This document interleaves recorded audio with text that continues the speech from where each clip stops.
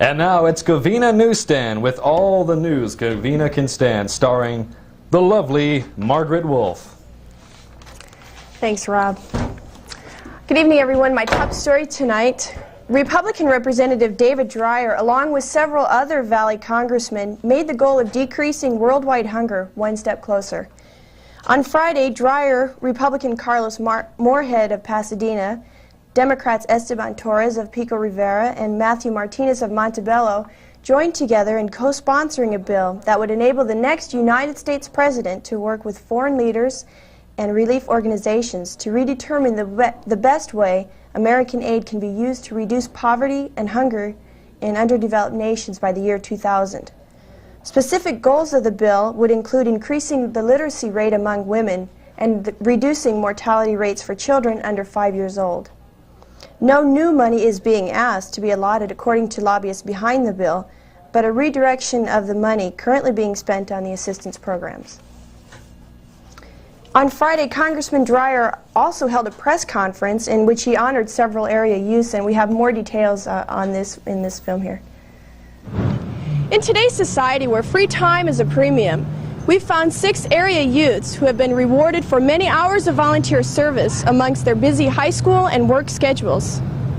Congressman David Dreyer awarded 6 area youths for outstanding service in the 33rd Congressional District today. In a press conference held at his Covina office, Congressman Dreyer spoke on the importance of volunteering before presenting the students with their certificates. Jessica Holtram, a junior at Covina High, was rewarded for her volunteer efforts at Intercommunity Medical Center. Her advice to high school students in Covina was, if you volunteered, it makes you it changes your life. It makes you think of others more than yourself, and it makes you feel better about yourself also. This is Congressman Dreyer's 3rd annual presentation of the Youth Volunteer Award. After the presentation, he spoke to QC on the difference volunteering can make. There is a pressing need for young people to volunteer of their time and talents to the many problems that society faces. And what we need to do is let them know that this kind of activity can be recognized and that it doesn't go forgotten, which many people may be inclined to believe. And finally, what results can we expect from more youth involvement in volunteering? Well, there's no doubt about the fact that in the past 8 years we have been trying to encourage a spirit of volunteerism among people of all ages.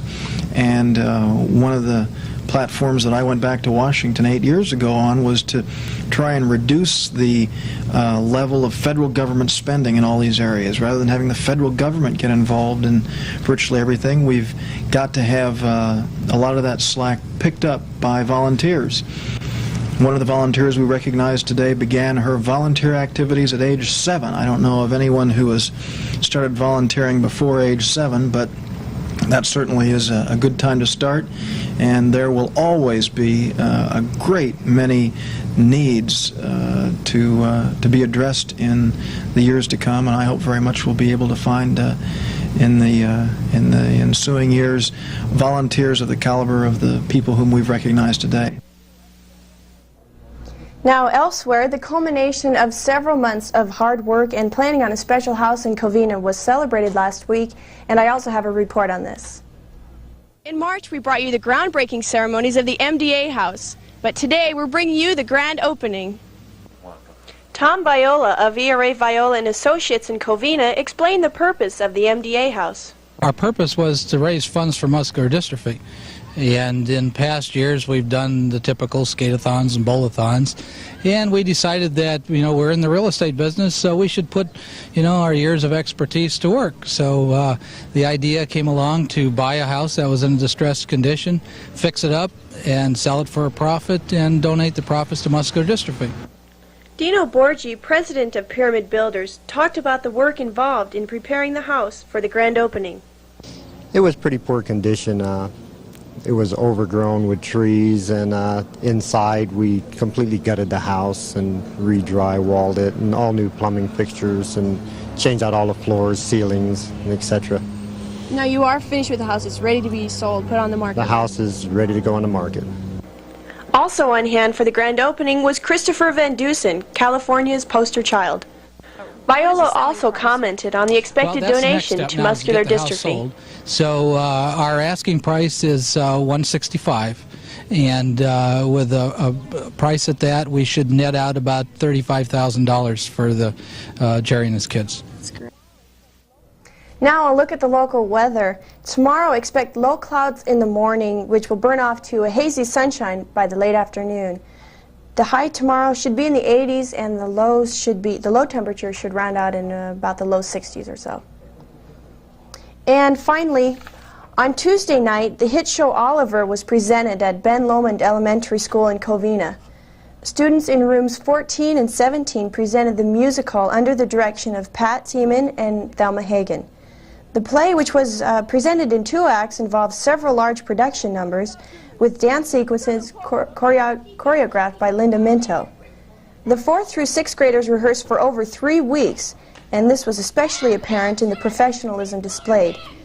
Johnny Everman played Oliver, and the part of Fagin, the patriarch of the local pickpocketers, was played by Aaron Bennett. The part of Nancy was played by Stephanie Smith. And it would not surprise me if we heard from these young actors in the future. American Cable Systems volunteered to tape Tuesday night's production, and we will be airing it on this coming Wednesday at 8 o'clock right here on Channel 33. And I would recommend this for the whole family. They are a talented group of young students. Well, that's going to do it for me tonight. QC will return with Dave and Chief Lentz, and if you have any questions, you can call us at 967-7353, and I also heard that Marty's going to be joining you too. Have a good weekend, everyone, and I'll see you back here next Saturday night.